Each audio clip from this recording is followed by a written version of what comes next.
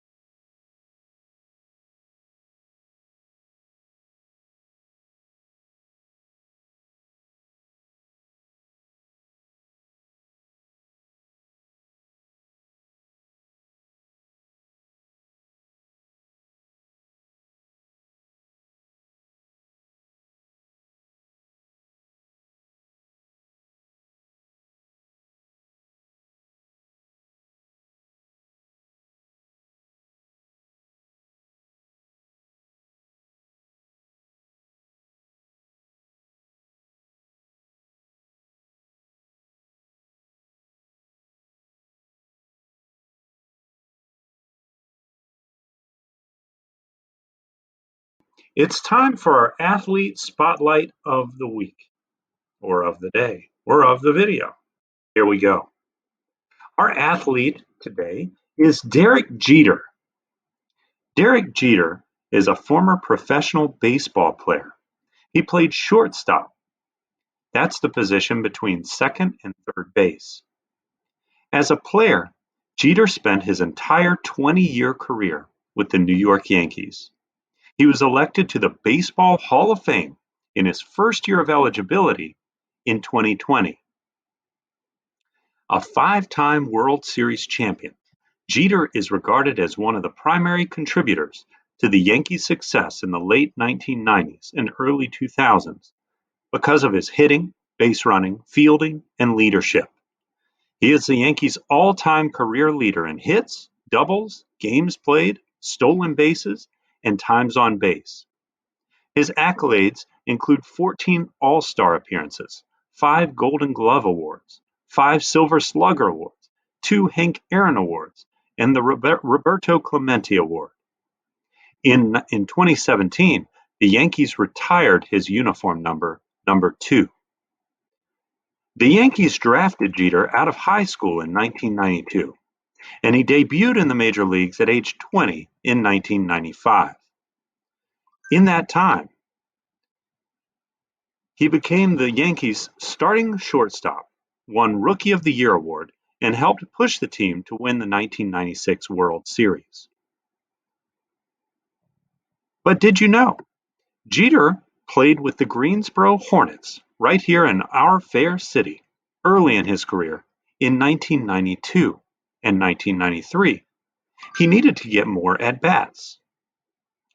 His batting average was not very good in the beginning. Weighing only 156 pounds, Derek Jeter was not very big, and many people didn't think he'd amount to very much. It only took a year in 1993 before his hitting picked up and he was voted most outstanding major league prospect by the league managers.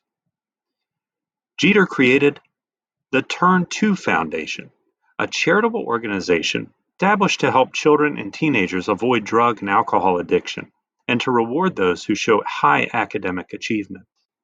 Since 2009, Jeter has served as an ambassador for We Play, a website designed to encourage children to get involved in sports.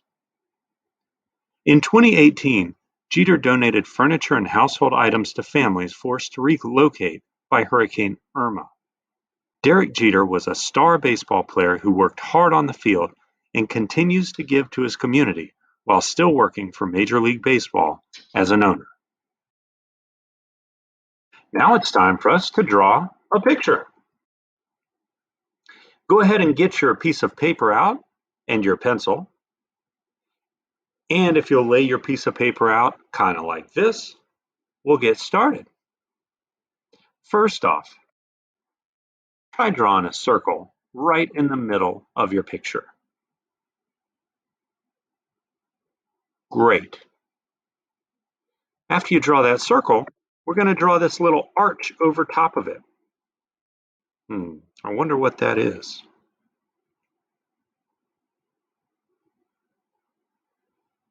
Nice.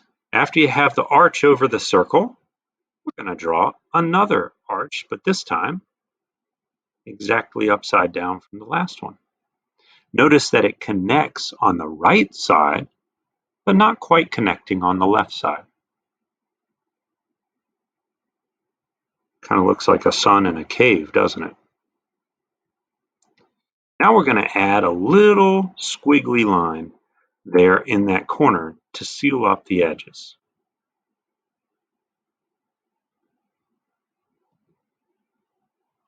Good. After we seal up the edges, we're going to draw a little line over in the right corner. And after we draw that little line in the right corner of the drawing, we're going to scribble and fill in this little extra add-on, the little pointer part. Beautiful. After that, we're going to give a little cap on top of this drawing. We're going to put a little line over the top of it. just like so. After that line, we're going to put a little dash mark going up, just a little fling up right here. After we do that fling, we're going to do a whole bunch of other flings right on the top line there.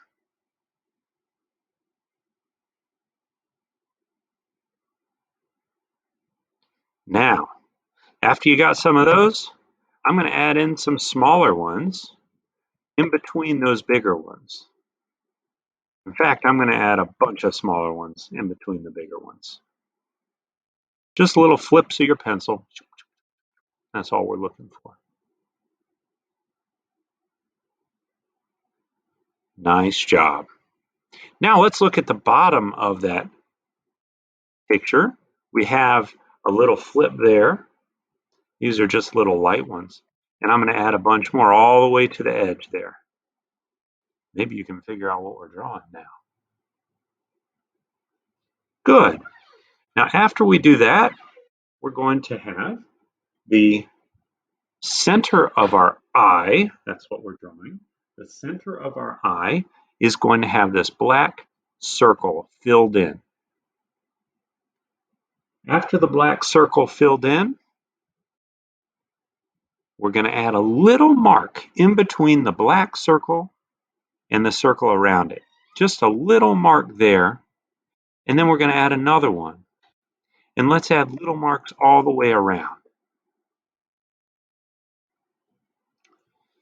Sometimes people say your eyes are the sunshine. I see what they're talking about. All right, then to add to it, why don't we give it a little eyebrow up top? You can make that as funny looking, or as serious looking, or as happy looking, or as frowny looking as you want. That's your eyebrow. You make it however you like it. Great. Now you can add to your drawing if you want to as you're going through the rest of the video, but it's there. If you want to put it away for a minute, you can put it away, but we're going to bring it back out in a few minutes. Nice job. There you go. Don't forget, save your paper. All right, so let's learn a little bit about our eye. Here's a picture of the human eye. The human eye has a bunch of different parts to it, but for our sake, I want you to pay attention to really a few parts. Check out the lens. The lens. The lens is a hard, not quite round, it's a little bit oval shaped, but it's three-dimensional, so it's kind of like a little different than a football, but if you were to picture it kind of like a football shape. The lens is where light comes through and the images that you see around you go through that lens. Now, after they go through the lens, they go back to the back of the eye. So they go kind of like through that lens, if you were thinking of a lens of a camera, goes back through the lens to the back of the eye, which is called the retina. The retina is this kind of sheet that covers the back of the eye, and it has all these special cells in it called rods and cones. Rods are cells that help us see black and white. So at nighttime, or when there's very little light, we can see things pretty well because of the rods in our eyes. But when it's very bright and the sun's shining or we're in a bright room, the cones, the cells that are cones in our retina, help us see color. So we're able to differentiate things on color with the cones in our eyes. Now, that retina and all those cells connect through the optic nerve to the brain. The optic nerve is just the wire, basically, that carries all this information that these cells are taking in from our outside world, and they carry it back to our brain. Now, our brain only gets this information from the eyes, so it now has to figure out what exactly the eyes are seeing. So your brain constructs these visions in it so we can understand the world around us. It's pretty cool. Now, one of the cool things that happens is the lens actually flips every image around us upside down. So the retina receives all the imaging upside down, and then it sends that to the brain, and the brain takes all that imaging, flips it right side up so we can understand it better, and then it tells us, hey, there's a tree or there's a squirrel or whatever. And so we're able to identify things and move according to what's around us safely. It's pretty incredible when you think about it. So our brain has to interpret everything that our eyes are saying or telling us. And so sometimes that can actually lead our brains to trick us. Let's take a look. It's time for the video of the week. To create optical illusions, use combinations of colors, lights, or particular patterns that can really trick the brain. So get ready to check your visual perception with this fun challenge. Here's another challenging image where you have to find something that's hidden right in plain sight. Now at first glance, it might look way too easy. After all, everybody can clearly see at least 4 faces in the tree branches. But like any optical illusion, there's a catch. See how many more faces you can spot in the next 10 seconds.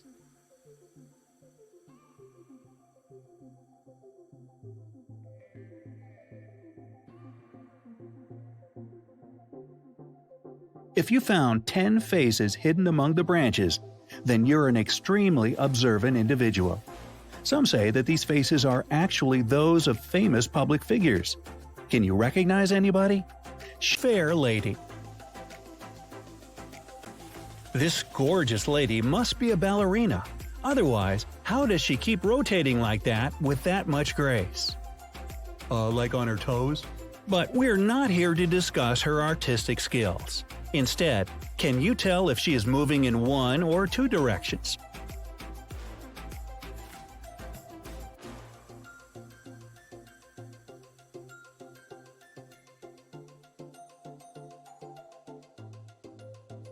So, what do you think? Left, right, both? The correct answer is she is moving in the right direction. Board. You can't play any chess with this board because it's moving all over the place. Or is it? You have 10 seconds to do so, and please try not to get hypnotized.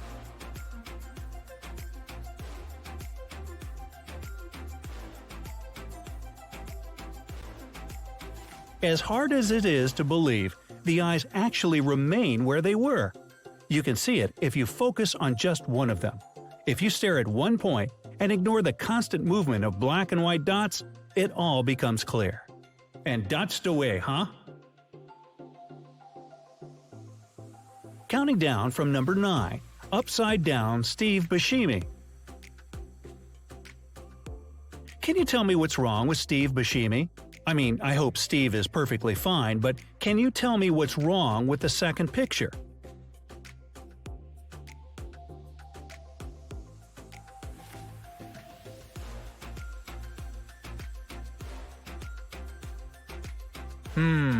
These pictures look the same to me.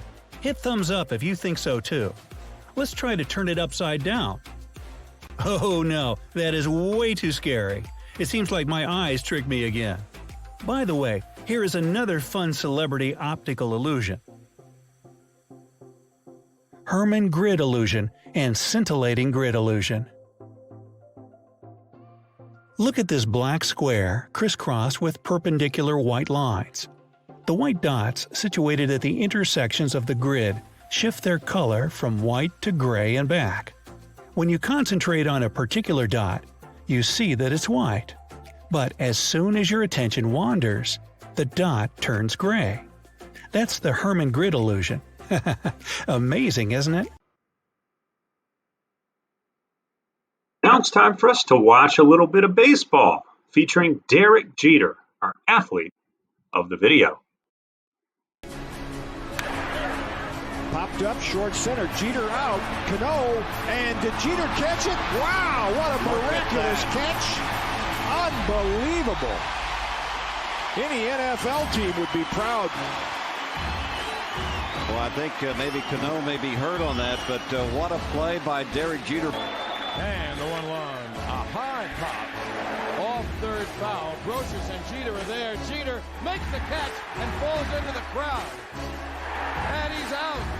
They gave him the out call. And Brocious now throws to second. And now time is called. And I don't know what the ruling is. Chavez went to second because Jeter was in the crowd.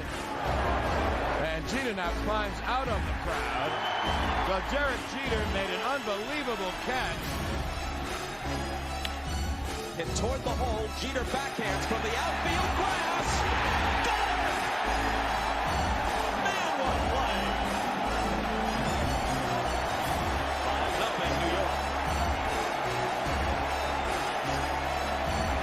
And the 3-2 pitch. Swung on a drill to right field. Going back there. On the track. At the wall. See ya! A game-winning walk-off home run by Derek Jeter. He is Mr. November. You got to wait for a gapper. That is fair down the right field line. Giambi on his way to third, and they're going to wave him around.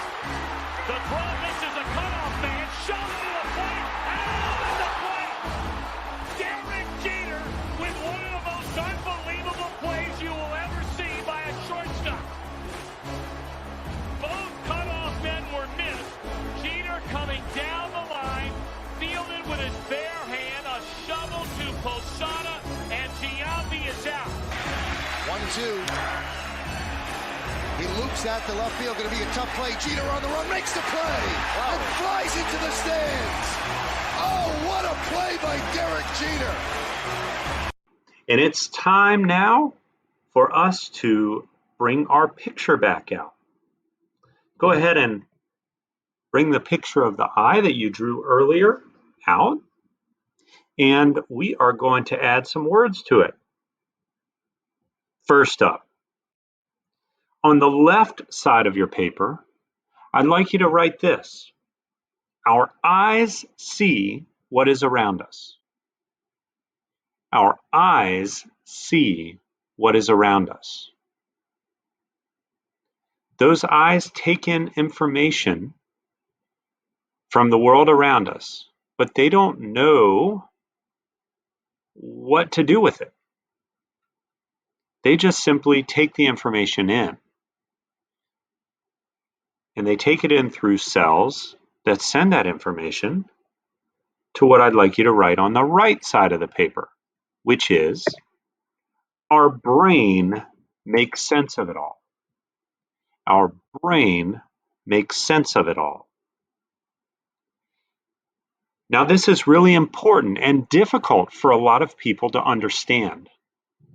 Our eyes don't know what's around us. Our eyes take in information, but our brain has to take all that information and construct the reality around us. Our brain is building these images in our head so that our bodies can move safely in the space around us. Now, what's important here to understand is that the way that I see information through my eyes and how my brain interprets it may be different from the way you do.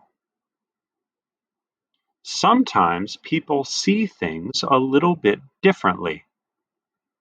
And that's important to know when we're working with other people. Sometimes they see things a little bit differently. Very good. Now it's time for the dad joke of the video. How do you make a squirrel like you? It's simple. You just act like a nut.